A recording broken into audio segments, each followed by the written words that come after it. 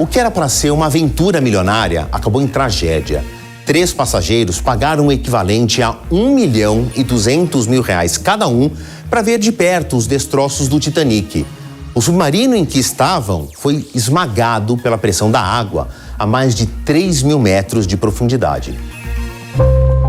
O equipamento perdeu contato cerca de 2 horas depois de entrar na água, domingo passado. Foram 4 dias de buscas.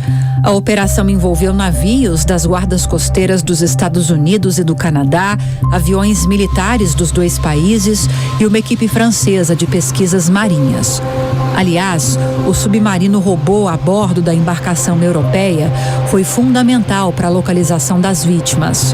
Quando as autoridades confirmaram a morte dos 3 turistas e dos 2 tripulantes, a explicação se resumiu à implosão catastrófica.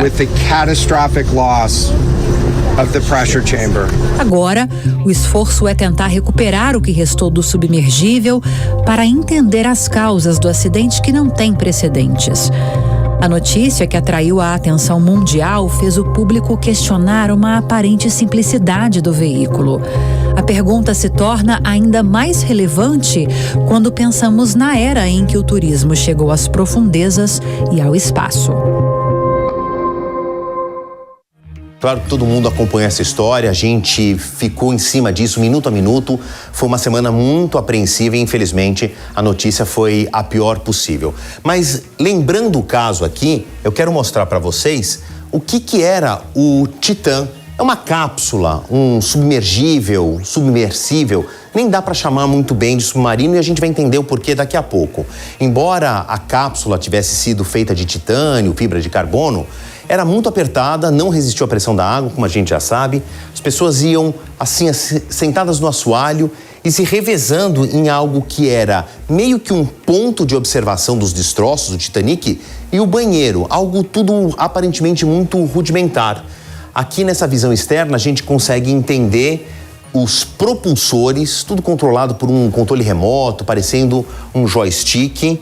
Era uma embarcação pequena, andava a 5 km por hora, um pouco mais.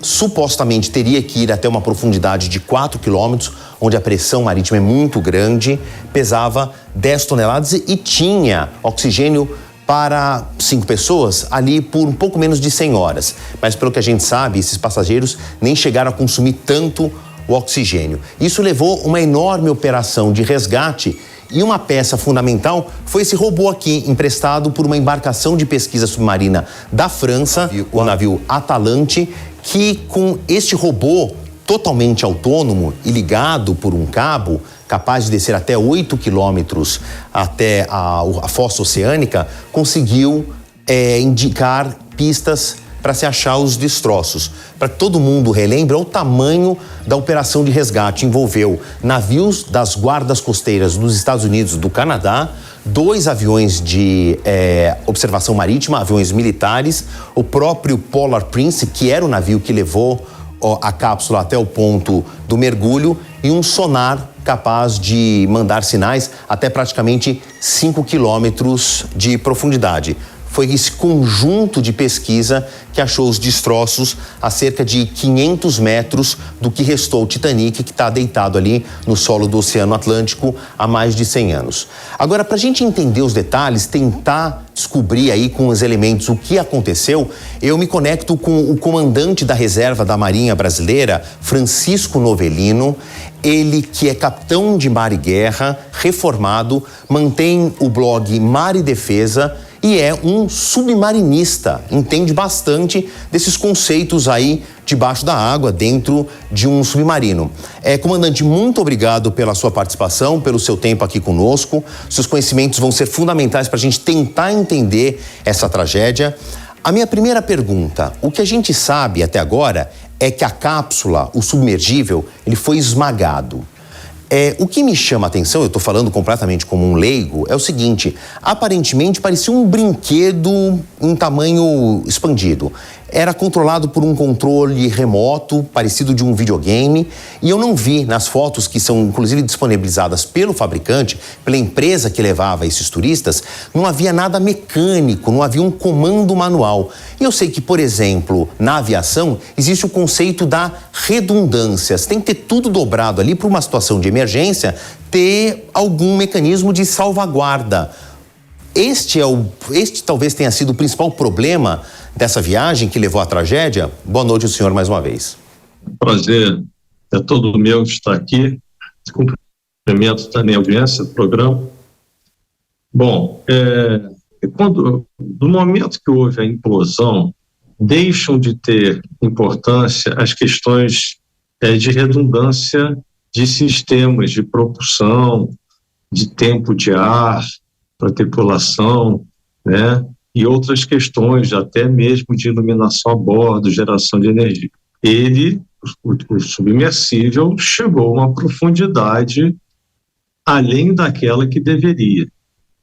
E aí alguém pode falar assim, mas o Titanic está a 3.800 metros. O submersível Titan, ele pode chegar a 4.000. Mas uma coisa que ocorre com todos os submarinos, sejam militares ou não, é a diferença entre a profundidade de projeto, né, que é de colapso, e a profundidade operacional. Então, vamos considerar que fosse 2 para 1. Para chegar a 4.000, ele tinha que ser projetado para 8.000. Todo submarino, ele trabalha o casco. Isso é importante dizer também. Você mergulha, aquilo sofre uma pressão, o casco sofre uma deformação, então como se fosse uma mola, né?